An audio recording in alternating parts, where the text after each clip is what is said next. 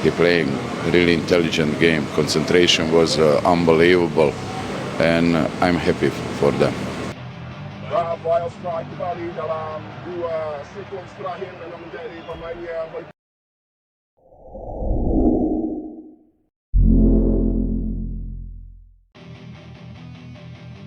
skor akhir dan skor sementara timnas Indonesia versus Bahrain dan pengakuan konyol pelatih Bahrain usai laga. Untuk update skor bisa kalian lihat di judul dan thumbnail video ini ya. Berita pertama, jalannya laga. Timnas Indonesia berhasil menyamakan kedudukan menjadi 1-1. Setelah mendapat pressing tinggi dan kesulitan membangun serangan, timnas Indonesia akhirnya bisa mulai menemukan ritme permainan jelang akhir laga babak pertama. Mereka intens membangun serangan hingga akhirnya bisa berbuah gol di menit 45+2. Ialah Ragnar Oratmanguyen yang menjebol gawang Bahrain usai memanfaatkan umpan dari Aivar Jenner. Tendangannya gagal dihalau kiper Ibrahim Lutfala. Timnas Indonesia pun menyamakan kedudukan 1-1. Skor bertahan hingga akhir laga. Tentunya timnas Indonesia diharapkan meraih kemenangan dalam laga. Sebab pasukan Shin Tae-yong baru mengemas 2 poin saat ini, sehingga bertengger di urutan kelima pada klasemen sementara grup C. Timnas Indonesia terpaut 1 poin saja dengan Bahrain yang berada 1 peringkat di atas timnas Indonesia. Bahrain total mengemas 3 poin dari 2 laga yang sudah dilakoni. Berita kedua, pasca pertandingan, Talajic mengungkapkan betapa sulitnya baginya untuk menghadapi taktik yang diterapkan oleh Shin Tae-yong, pelatih timnas Indonesia. Dengan penuh kejujuran, Talajic berbicara tentang kesulitan yang dialami pemainnya selama pertandingan tersebut. Timnas Indonesia memiliki permainan yang sangat dinamis dan terorganisir dengan baik. Taktik Shin Tae-yong memberikan mereka keunggulan, terutama dalam hal pressing dan transisi cepat. Kami kesulitan untuk mengatasi tekanan yang mereka berikan, kata Talajic. Pernyataan ini mencerminkan rasa frustrasi yang dirasakan oleh pelatih asal Serbia itu ketika timnya harus berjuang keras untuk mendapatkan kendali atas permainan. Talajic menjelaskan bahwa salah satu aspek paling menonjol dari permainan Indonesia adalah kemampuan mereka dalam memanfaatkan ruang dan bergerak secara kolektif. Mereka sangat cepat dalam melakukan rotasi posisi, dan ini membuat pemain kami seringkali terjebak dalam situasi sulit. Kami tidak bisa menemukan solusi yang tepat untuk menghentikan serangan mereka, tambahnya. Selain itu, Talajic juga menyoroti tekanan mental yang dialami oleh pemainnya. Pemain kami merasa tertekan. Ketika mereka melihat lawan mampu menguasai permainan dengan baik, itu tentu saja berdampak pada kepercayaan diri. Kami harus lebih baik dalam menghadapi situasi seperti ini di masa depan, ungkapnya. Hal ini menunjukkan pentingnya aspek mental dalam sepak bola, di mana tekanan dari lawan dapat memengaruhi performa individu maupun tim secara keseluruhan. Melihat ke depan, Talajic menekankan pentingnya kerjasama dan komunikasi yang baik di dalam tim. Kami harus bisa membangun kepercayaan di antara pemain. Jika mereka bisa bermain tanpa tekanan yang berlebihan, saya percaya kami akan bisa kembali ke jalur kemenangan, tutupnya. Kesulitan yang dihadapi Bahrain melawan timnas Indonesia adalah pengingat bahwa dalam sepak bola, setiap lawan memiliki kekuatan dan taktik yang berbeda. Pelatih dan pemain harus terus beradaptasi dan belajar dari setiap pertandingan.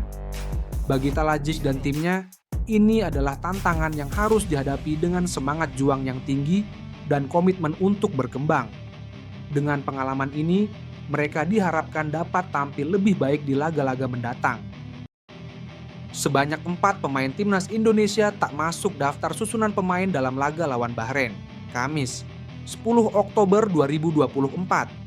Hal ini diketahui dari daftar susunan pemain yang rilis kurang lebih 1,5 jam sebelum kick-off.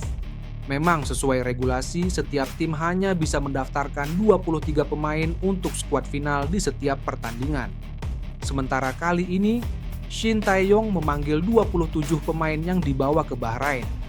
Keempat pemain yang tak masuk daftar susunan pemain adalah Eji Maulana Fikri, Hoki Karaka, Muhammad Ferrari, dan Ricky Kambuaya. Hoki dan Ferrari adalah dua pemain muda yang masih berusia 20 tahun. Sedangkan Egy dan Ricky Kambuaya kebetulan adalah dua pemain Dewa United. Masuknya Mace Hilgers dan Eleanor Regenders kemungkinan jadi penyebab keduanya tak masuk daftar skuad final. Karena tak masuk skuad, keempat pemain tersebut akan menonton dari tribun Bahrain National Stadium Rifa pada hari ini. Sementara itu, timnas Indonesia memandang laga lawan Bahrain menjadi sangat penting. Ini adalah pertandingan yang sangat penting bagi kami, kata Shin Tae-yong pada konferensi pers Rabu, 9 Oktober 2024. Mungkin juga bagi Indonesia dan Bahrain. Untuk pertandingan besok, hasilnya sangat penting bagi kedua tim, tambahnya.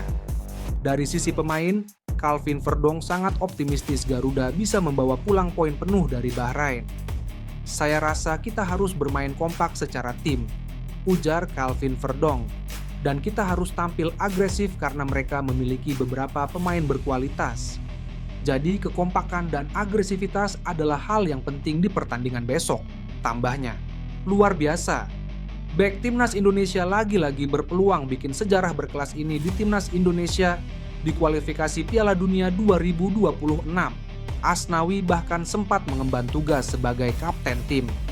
Di usianya yang baru 25 tahun, total penampilannya buat skuad Garuda sudah 45 kali. Angka itu berdasarkan catatan dari situs RSSSF. Di situs tersebut tercantum pemain yang berkarir di Liga Thailand bersama Port FC itu sudah mengumpulkan 44 pertandingan. Hanya data yang tercantum baru sampai laga Indonesia versus Filipina pada 11 Juni 2024.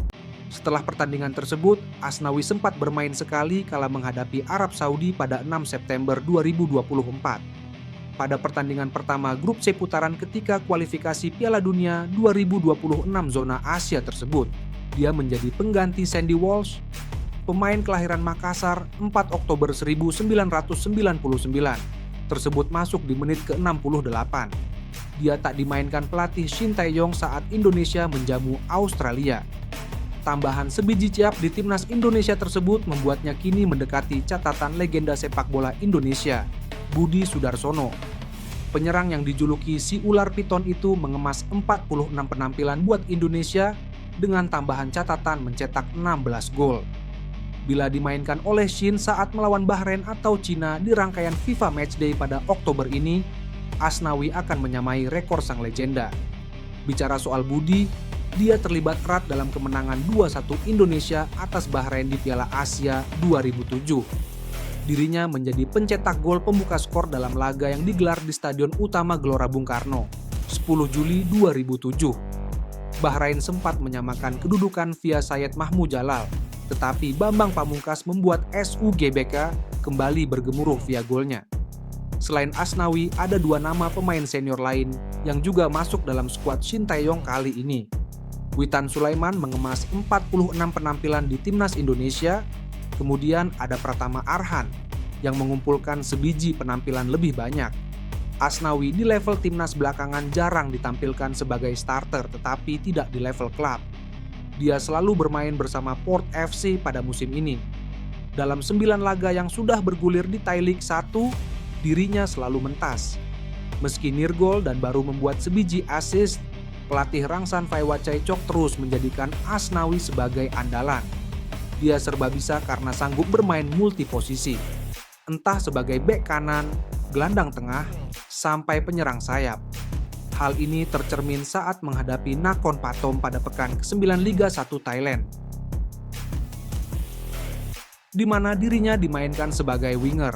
Thai League 1 2024 sampai 2025 akan kembali bergulir pada 17 Oktober 2024 usai rangkaian FIFA Matchday.